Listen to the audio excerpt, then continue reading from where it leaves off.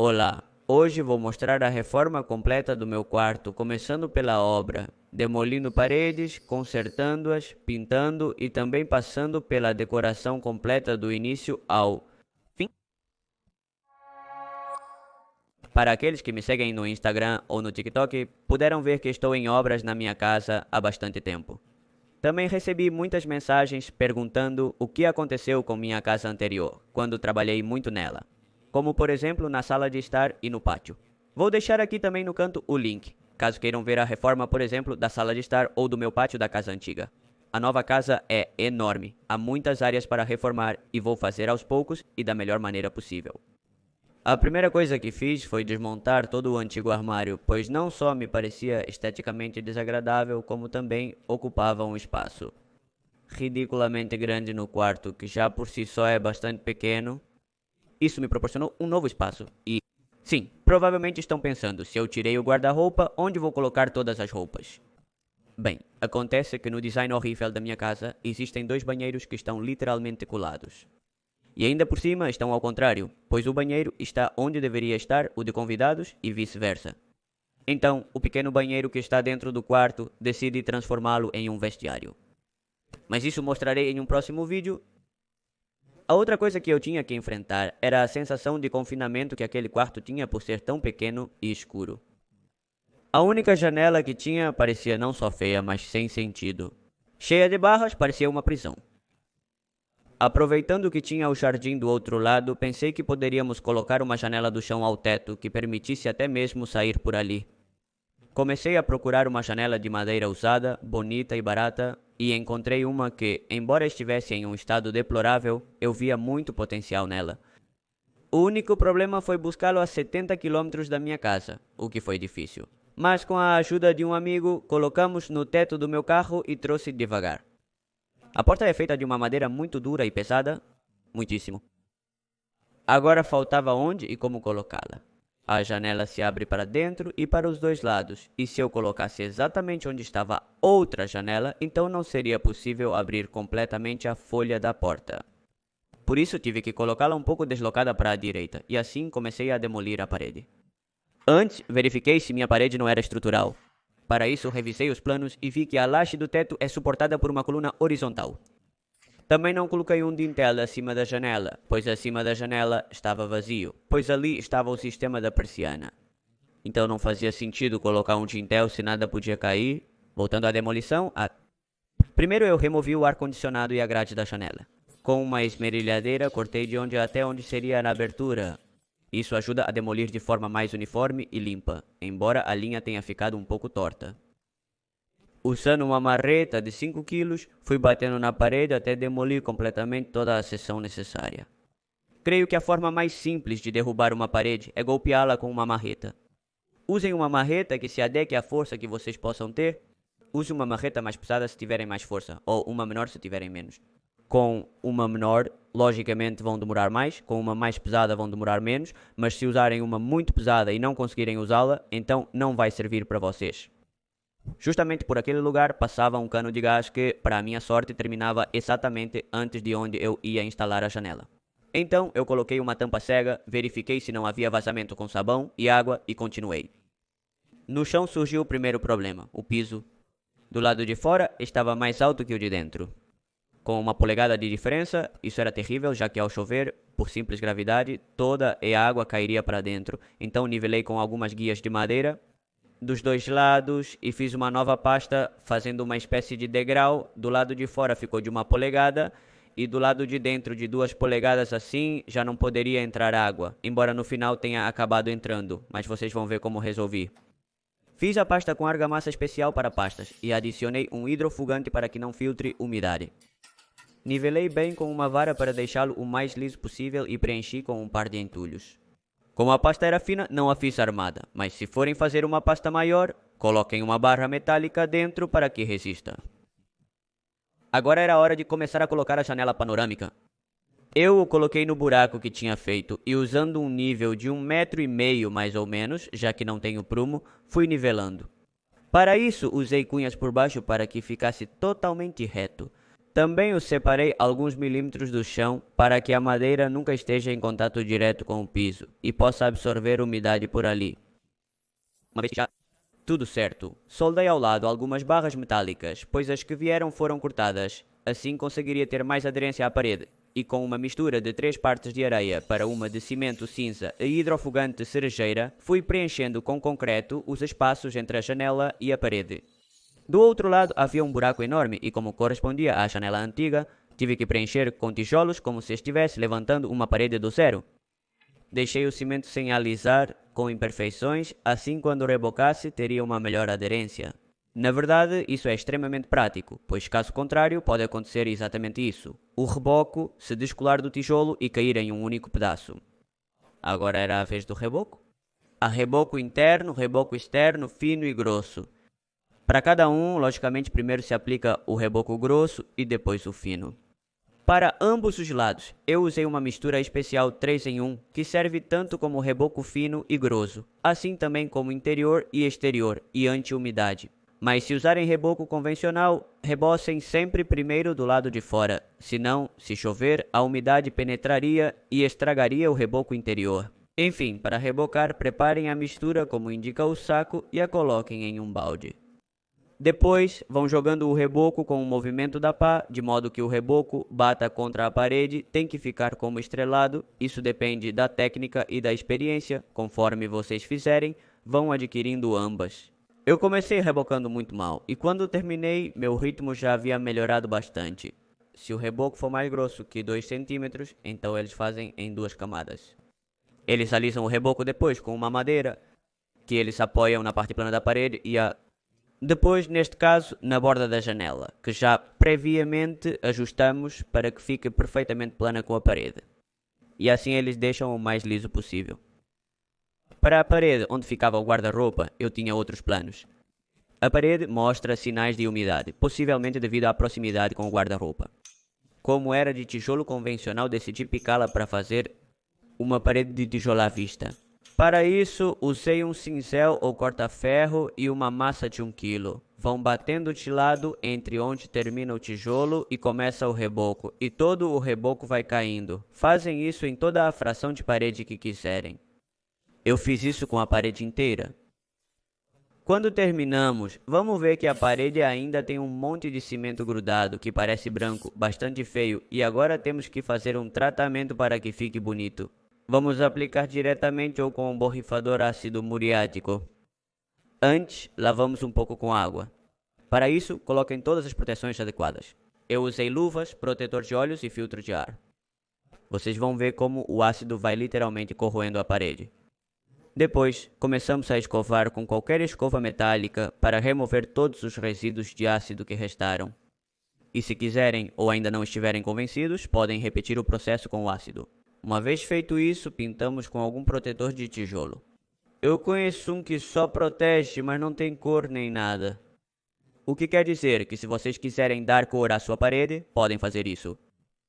Na parte de cima, coloquei uma moldura que se pinta e embeleza a terminação da parede com a junção da laje do teto. Esta moldura é de um material semelhante ao isopor, mas extremamente liso e fica muito bem. Como puderam ver no Instagram e, de fato, perguntei a vocês o que fariam. Percebi que não havia colocado as tomadas do lado desta parede. Então, pareceu-me que a coisa mais fácil e melhor era fazer um buraco em um dos lados da parede. Este se conecta com a minha oficina, então passei um cabo por lá para trazer energia e coloquei um cano preto com caixas externas. De qualquer forma, isso com os móveis nem seria visto, mas achei que ainda assim ficou muito bonito. Também substituí todas as peças originais por umas mais bonitas. A parede de todo o quarto estava pintada com uma tinta texturizada, a qual considero horrível e antiga. E não só isso, tinham pintado 3 vezes sobre a tinta antiga e em algumas partes a tinta literalmente caía. Então, com a ajuda de um amigo, passamos o dia todo raspando com espátulas para remover toda a tinta. Houve lugares onde não saía e molhávamos com a lavadora de alta pressão para amolecê-la e removê-la, mas conseguimos remover tudo completamente. Algo que eu não podia acreditar era a quantidade de tinta que removemos, literalmente se formou uma montanha no jardim apenas de tinta. Também removi todos os rodapés, já que eram de cerâmica e também muito feios.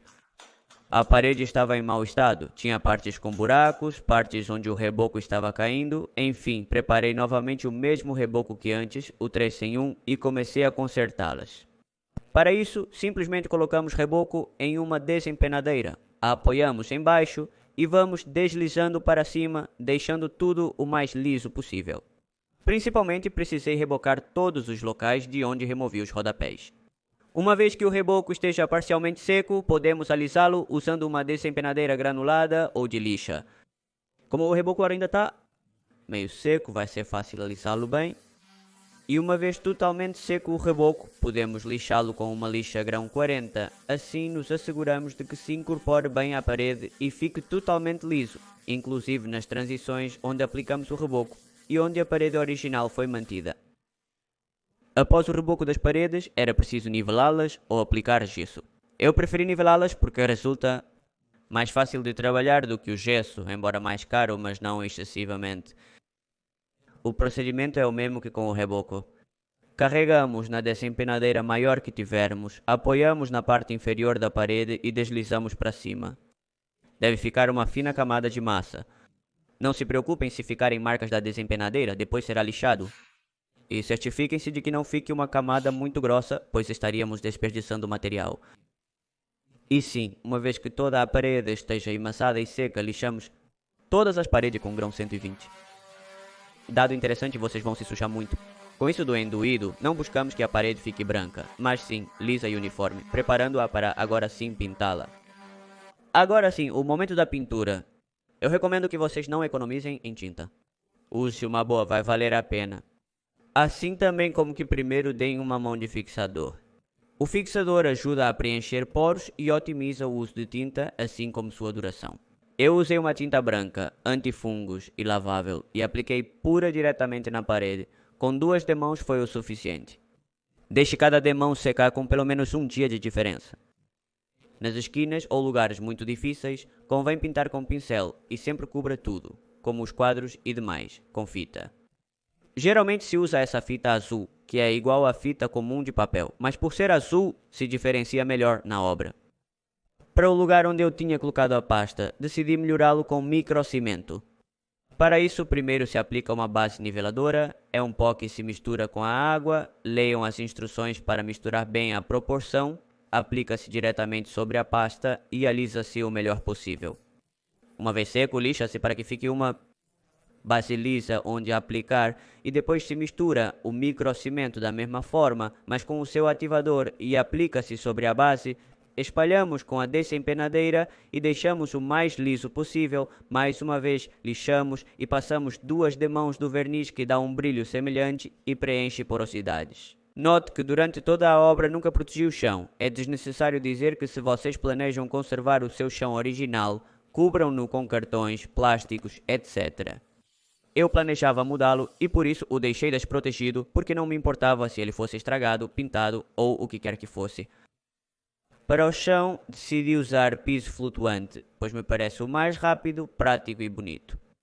Vem em diferentes espessuras para maior ou menor tráfego, como é um quarto 7 ou 8 mm está perfeito.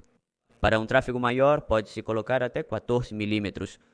Primeiro, aplica-se no chão uma manta base, que simplesmente é colocada sobre o chão assim, apoiada. Vocês podem colá-la com fita para que não se mova, mas não é necessário. Use um tom claro para que o quarto tenha a maior luminosidade possível. O piso flutuante tem determinadas formas nas suas laterais. Isso faz com que as tábuas se encaixem umas nas outras. Para isso, unem as tábuas primeiro pelas extremidades e depois entre si, como se vê no vídeo. É importante que sempre as coloquem para que fiquem ao longo de onde entra a luz. O chão pode ser cortado com o que quiserem. Eu usei uma serra tico-tico e para os lados difíceis podem usar um cartão para fazer a forma e depois transferi-lo para a madeira.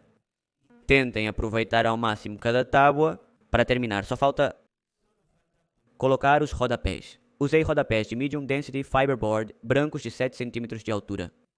O rodapé é sempre cortado com ângulos de 45 graus para que se encaixem bem um com o outro e são colados na parede com silicone ou algum adesivo para rodapés ou adesivo multiuso.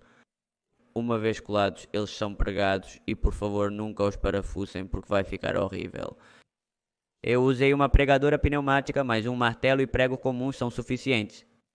Depois cobrem esses pregos com um pouco de massa corrida. E outra recomendação, não usem pregos com cabeça, obviamente. Como podem ver, os acabamentos ficaram bastante ruins devido à baixa qualidade dos rodapés e à minha pouca experiência ao instalá-los. Mas depois preenchemos essas uniões com massa branca e nem se nota. Pintei as duas janelas de branco, achei muito mais bonitas assim, apesar de haver quem considere um crime, porque achavam melhor a cor original da madeira. Mas isso tem mais a ver com gostos do que com qualidade ou fins práticos. E vocês, o que acham? Teriam deixado na cor original ou teriam pintado como eu pintei? Para isso, primeiro limpei bem e lixei. Também tinham verniz nos vidros da primeira vez que foram pintadas. Então, com um pouco de água rasa ou a lâmina de um estilete, você pode ir removendo como mostrado no vídeo. Pintei com tinta sintética branca acetinada e pincel, usando um cartão para cobrir cada janela quando estava pintando. Também podem cobrir cada janelinha com fita e papel, mas levariam uma eternidade, pelo menos neste modelo de janela. Embora o resultado seja melhor, pintei o quadro da mesma maneira e aqui começaram os problemas. Percebi que o lado direito, embora estivesse colocado de maneira correta, estava curvado, parecia uma banana, e isso parece que está assim há algum tempo. Também se pode ver que uma das folhas acima se quebrou por causa disso, e longe de resolver o problema principal, mudaram o pino de fixação do lugar, e isso fez com que a porta abrisse inclinada. Até se pode ver nas fotos da publicação como as portas fechavam, de uma forma horrível. Com um nível a laser, marquei o lado para que ficasse bem reto, e com uma serra circular cortei. Também removi 4 dos 6 pinos de ancoragem e os reposicionei em seu lugar original. Bem alinhados, planejei as janelas de cima e de baixo para que tivessem um fechamento perfeito. E agora as janelas estavam totalmente retas e selavam bem, mas no centro se chocavam, então planejei o lado da outra folha. E com uma fresadora, refiz o encaixe para que fechasse com a outra folha. E agora, tinham um fechamento perfeito. Abaixo coloquei um rodapé emborrachado, o que permite que por baixo também tenha um fechamento perfeito e não entre nem ar nem sujeira do lado de fora. Do lado de dentro perfilhei as bordas com um perfil de alumínio e ao redor da moldura coloquei uma vedação para que também tenham um fechamento mais hermético. Para terminar, apenas fiz uma careta no microcimento para que o mecanismo de travamento da porta funcione. Do lado de fora coloquei uma janela com blackout que se enrola, adequada para o exterior, e o que vou fazer em breve é torná-la elétrica em um futuro vídeo. Agora começava todo o processo de decoração e para isso eu sempre fui muito ruim. Então quem ficou encarregada de tudo isso foi minha namorada. Ela foi quem projetou e juntos fomos vendo cada coisa. Inicialmente revisamos a paleta de cores que queríamos usar, no entanto, ambos estávamos inclinados para as cores claras e luminosas. Já tínhamos um quarto branco com uma porta francesa branca, piso que simulava madeira de cor clara e uma parede de tijolo que servia como peça principal do quarto. No caminho, descobrimos o estilo nórdico, que para aqueles que, como eu, não têm ideia do que significa, se afasta por um lado do ostentoso e por outro da complexidade dos estilos tradicionais e se concentra mais nos elementos contemporâneos. Tem uma abordagem funcional, prática e de estética limpa e minimalista, mas acima de tudo, aconchegante e caseiro. No quarto anterior eu tinha a cama encostada no armário, então para acessá-lo eu tinha que subir na cama. Além disso, eu tinha a mesa e o computador bem ao lado, mal cabendo no espaço. Isso me fazia sentir um pouco saturado, por isso buscava acessibilidade a todos os espaços e fluidez no caminho até eles. As cores suaves, tons pastel combinados com madeiras antigas e desgastadas são fatores essenciais deste estilo. Essa foi a paleta de cores escolhida, mais o verde das plantas que geravam um ponto de cor. Tenho que dizer que a melhor opção para se inspirar em decoração para aqueles que não gostam muito de pesquisar é o Pinterest. Há muitos blogs sobre decoração de interiores, mas a verdade é que nem os consultei. Começando em ordem, do lado da entrada há um corredor com uma parede de mais de 3 metros. Estivemos pensando no que colocar para que, como ela diz, o quarto tivesse caráter. Finalmente, ocorreu-lhe fazer um projeto pessoal. onde seriam expostas as fotos que eu tirei dos lugares que conheci. Primeiro, e para que fosse mais fácil, programei de forma básica uma página na qual pudesse ver em escala como as fotos ficariam na parede. O tamanho que deveriam ter, a separação entre quadro e quadro, assim como quantos poderiam caber. Depois disso, revisamos as fotos e as escolhemos, fizemos uma lista das cidades e selecionamos as melhores fotos. Se prestarem atenção, podem dizer que há lugares mais icônicos dessas cidades. No entanto, a ideia não era ter uma exposição, mas sim a nossa versão do que percebemos de cada lugar. Como esta foto de Santa Marta, Colômbia, onde o que temos é uma vista de dentro de uma barraca. Nessa parede decidimos colocar 21 quadros. Editamos todas as fotos, unificando o filtro que todas deveriam ter para que houvesse harmonia. Aqui vocês têm um antes e um depois de uma foto para que tenham uma ideia da mudança. Criei essa foto no Photoshop para mostrar como ficaria e confirmar que era essa a ideia. Era a indicada. Planejamos deixar um espaço abaixo com o objetivo de preenchê-lo aos poucos, especialmente para nós, pois nos conhecemos em uma viagem que fiz. E adicionamos em cada uma a data e o local e os penduramos espalhados por toda a parede. Levei-os a uma gráfica para que fossem impressos. Se forem fazer um projeto assim, certifiquem-se de deixá-los em uma resolução de pelo menos 4000 de altura e 300 dpi para que a qualidade seja excelente. A ideia era pendurá-los na ordem de visita, com molduras brancas, para realçar as fotos sem tirar o protagonismo. Se eu os tivesse deixado coloridos, o ruído das cores da foto com a cor da moldura teria sido demais. Aqui deixo uma foto da foto que tinha feito no Photoshop de como esperava que ficassem e como realmente ficaram na parede. A verdade é que gosto muito mais de como ficaram do que como pensei que ficariam. Eu recomendo que se vocês vão começar um projeto do zero onde querem construir uma decoração completa, façam um plano do quarto. Não precisa ser muito elaborado, só precisa ter as paredes que o quarto tem. Quando tiverem isso pronto, vão decidir onde cada coisa vai ficar. Certifiquem-se de que em cada parede seja atribuído apenas um objeto, como visto na foto em relação à localização dos objetos. A cama é o objeto principal de um quarto, portanto, tudo parte disso. Uma vez que se sabe onde cada coisa vai ficar, deve-se tratar uma parede de cada vez. Depois de listar a parede do corredor com os quadros, continua-se com a de tijolos. Para mim, as plantas são muito importantes, por isso eu sabia que queria um vaso grande com uma planta que chegasse quase até o teto. Coloquei um vaso redondo de cimento de 45 centímetros, que pintei de branco e coloquei sobre um prato ao qual colei corda de chuta de 3 milímetros ao redor. Decorações pequenas incorporam o estilo do quarto em cada elemento. Nesse vaso, plantei uma estreliça Nicolai. Na verdade, queria uma muito maior, mas quando compram uma planta, não compram o objeto, mas o tempo. Então era muito caro e decidi comprar uma de tamanho médio e ter paciência até vê-la crescer. Em outro vaso menor, plantei uma monstera e para não comprar outro vaso, decorei o topo do vaso com o mesmo fio de juta e a mesma técnica.